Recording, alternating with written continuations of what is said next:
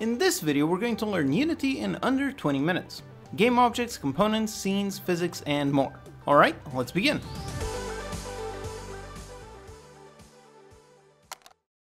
Okay, so first things first, let's cover how Unity versions work. Right now, you can get version 2019 and 2020.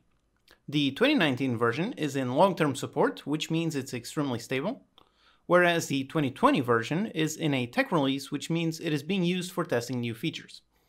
So that means that for most cases, you want to use the most stable version, which in this case is the 2019.4, which is what I'll be using here. Now, as soon as you download Unity, you're actually going to download the Unity Hub.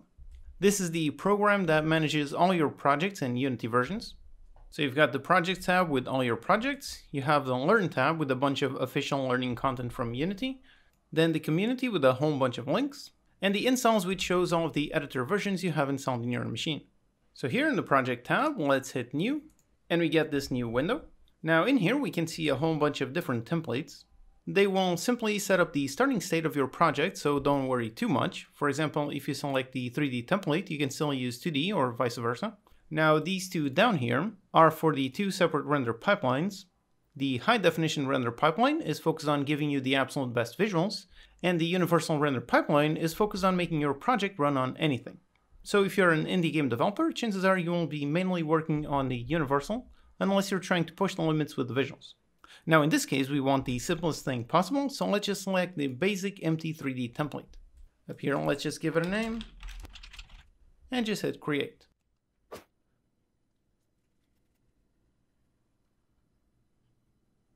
And yep, here we are in our brand new empty project.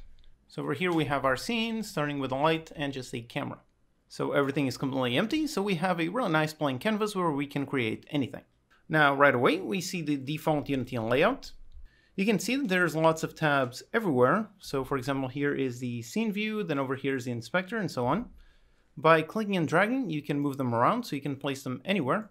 So you can customize the editor to look exactly the way you want it. Now I'll cover what each of these windows does in a bit, but first let's set up our layout.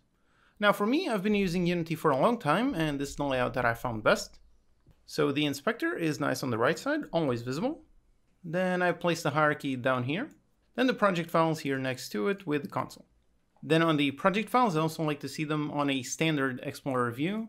So just going here, instead of the 2-column layout, I prefer the 1-column. And just like that, you can see everything. Alright, so that's the project files, and next to it, again, the normal console. And now up here, a nice big view of our scene view, and next to it, we have our game view. Alright, so this is the layout that I normally use. But again, all of the windows are customizable, so if you prefer something different, by all means use that. You can drag and place any window and place them anywhere. Okay, so now let's cover what each of these windows actually represents. Now, right down the middle, we have our scene view. So this showcases everything that you have placed in this scene world. For example, I can place an object. So I go down here to this plus, create a new 3D object. Let's make it a cube. And there you go. Just like this, I have a basic cube right in the middle of my scene. You can also see these handles. So these allow us to move the object. So for example, with this one, I can move it just on the x-axis, moving it on the z-axis and on the y-axis, or just any of these and move them around. Now this is only the editor scene view. It is not the game view. If we click on the game view, then now we are actually seeing what the camera sees. Whereas in the scene view, we are free to roam around and look around from any perspective. Now for the other windows, down here we have the hierarchy. So this shows all of the objects that currently exist in this scene world. Up here we have the name of our scene, our sample scene, and here are all the objects inside of this scene. Then here on the right we have our inspector. This shows detailed information of whatever object we select. So on the hierarchy we simply click to select an object, and yep, it shows the object over here in the inspector. It shows the object name up here, and all of the components attached to that object along with all of their fields. Now I'll cover components in a bit. Then down here we have our project files. So this is just the folder structure for your entire project. So if you right click and click on Show in Explorer, it opens up the basic Explorer, and you can see that all of the assets in here in the project files are the ones inside the assets folder. So as you can see, we have a scenes folder, and inside we have our sample scene. Alright, so those are the basic windows. Now let's go back here into our scene view window. And again, here we can see the entire world view of this scene. So in terms of controls, everything is pretty basic. So we can select objects by left clicking on them. Then we can look around with right click. If you press Alt and left click and drag, you can orbit around a certain position. You can zoom in and out with the mouse wheel. To pan around, you can use the middle mouse click, or alternatively up here use the hand tool, just hand and just left click. You can also do freeform movement, so with the right mouse button down, looking around, and we can move using WASD, so just basic as if it was a normal game. We can increase and decrease the speed with the mouse wheel. So press mouse button down, mouse wheel up, and there you go. Now we're moving at 2x speed. Move it down, and now we are moving very slow. And if you get way too far away from a certain object, you can, for example, select it over here on the hierarchy and press the F key, and there you go, it zooms in straight on the object. So the object zoomed in, and for example, if I orbit around, now it orbits around the object.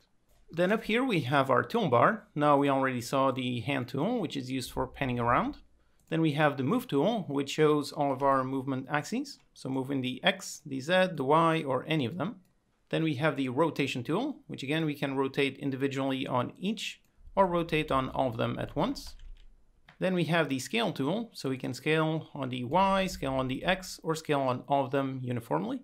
Then next to it is the rect tool.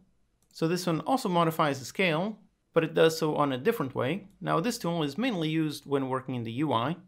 And finally, we have the combine tool, which combines all of them. So over here, we can move, we can scale, and we can rotate all of them. All right, so that's the controls and all of our basic tools. And all of these tools can be accessed with the keyboard. So press the Q, and now we have the hand tool. Press the W, we can move. Press E, and we have the rotation. The R, we have our scale, and T, we have the rect tool, and with the Y, we have the combine. All right, so that's the controls and the basic tools. Okay, so now that we covered the interface and all of its controls, let's see the basics on how the engine actually works. Now, as you already saw, over here in the hierarchy, we have a list of all of the objects in our scene. They are technically called game objects. So a game object is the main building block in Unity. It's the base for every object in your game. With the game object selected, we can look over here in the inspector, and right away up here we see the name of the game object. So you can change this to whatever you want. As you update, you can see that the name also updates on the hierarchy. You can also click on this button in order to add an icon. So for example, let's add this one. And now in the scene view, I can see the icon there. Now a game object can have components attached to it. Unity is all about composing a game object with various components to get the behavior that you want. So for example, let's go up here and just create an empty game object. So I create it, and there you go. There's the game object, there's a name, and by default, it has a transform component. So every game object always has a transform component. Now this component stores the game object's position, rotation, and scale. So this is the name of the component, and these are the three fields for it. By adding more components, you add more logic and behavior to your objects. So by itself, this empty game object doesn't have any visual at all. So in the scene view, we can move our object with our handle, and we can see that it's moving the transform, but there's no actual visual. In order to actually see it, we need to add some sort of visual component. So for example, let's add a mesh component. So we click on Add Component, and over here we can manually select from any of these groups. So in this case, we can go into Mesh and click on the Mesh filter, or alternatively, we can use the search bar and just type in Mesh, and there you go, we have our Mesh filter. And now we can see the fields related to this specific component type. So as you can see, they are different from the transform. This component requires a mesh, so we can click on this button here in order to select a basic mesh. So we click on it, and we get this window. So here we can see all of the meshes currently available in our project. So we have all of our defaults. So let's select the basic cube. And now we still don't see anything. That's because this component only stores a mesh. It doesn't actually have a visual. So in order to visualize this mesh, we need to add another component. This one will be the mesh renderer. And as soon as we add it, now we can indeed see our cube mesh. So the mesh filter has a single purpose, which is to store a mesh, and the mesh renderer has a single purpose, which is to render whatever meshes it has. So here we see all the fields that define how this object is rendered, and right away we can see that our mesh is actually in pink. Now the reason for that is because pink is the default color, so when you don't have anything assigned, it will render as pink. What defines the rendering is over here the materials. So materials are what defines how an object is rendered. We can create a material by going over here into our project files, click the plus button, and over here we can create a whole bunch of stuff, and let's select a material. Now we have our material. Let's give it a name, our cube material. And here it is, our material in the inspector. Now each material uses a shader up here. This is what defines the various properties of that material. So for example, if we select a very simple shader, there you go, this one is extremely simple. All it has is a basic field for a texture. And if we select a more complex shader, like the default shader, this one has a bunch more fields related to how they interact with light and normal maps and so on. So with this standard shader, over here we have a field for the albedo. This is what defines the actual color of the object. And over here we have a little square and then our button to select something. So if we click on it, now we see all of the various textures that we can use with our material. For here, let's just select one of the default textures, and just like that. Down here we can see a preview of what our material looks like. We can also play around with making it more metallic, more smooth, and so on. For now, let's leave it all at the defaults. Okay, so we have our material. Now let's go back and select our object, and we have the field for our material, and we can again just click in here and select the material, or alternatively, we can click and drag from our project files and drag it right in there. And there you go, we have our material being applied to our mesh. All right, awesome. So far, so good. So we made a game object, we add the component to add a mesh, then we add another component to actually render that mesh with a specific material using a specific texture. Now again, Unity is all about components attached to game objects, so we can keep adding components to add more logic and behavior. For example, we can click on Add Component, and let's add a rigid body component. So this one will make the game object exist in the physics world, which will make it fall down with gravity. So let's make sure that the game object is positioned in front of the camera. So you can see the camera's here, the camera's viewing in there, and yep, there you go, the game object is indeed in there. Alright, so now we can try to hit play. And yep, right away we see our object fall along with gravity. So as you can see, it's extremely simple to add physics interactions. Just add a rigid body component, and there you go, now it's being affected by gravity. Now by itself, the rigid body doesn't have a physics shape, so in order to do that, we can add another component. So in this case, let's add a sphere collider. So in the shape of a sphere. And let's change our mesh from a cube. Let's select our sphere. There you go. So we now have a visual sphere along with a rigid body and a sphere collider. Now let's try creating a new plane. So click in here, create a new 3D object. Let's make a new plane. Let's put it underneath the sphere. Now by itself, when we create a plane, you can see that it already has a mesh filter, mesh render, and also a mesh collider. So this shape has collisions. And if we run, yep, there you go, the sphere falls and falls right on top of the plane.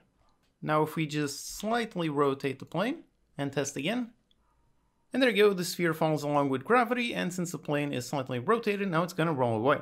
So it's rolling, and yep, there you go, it falls down.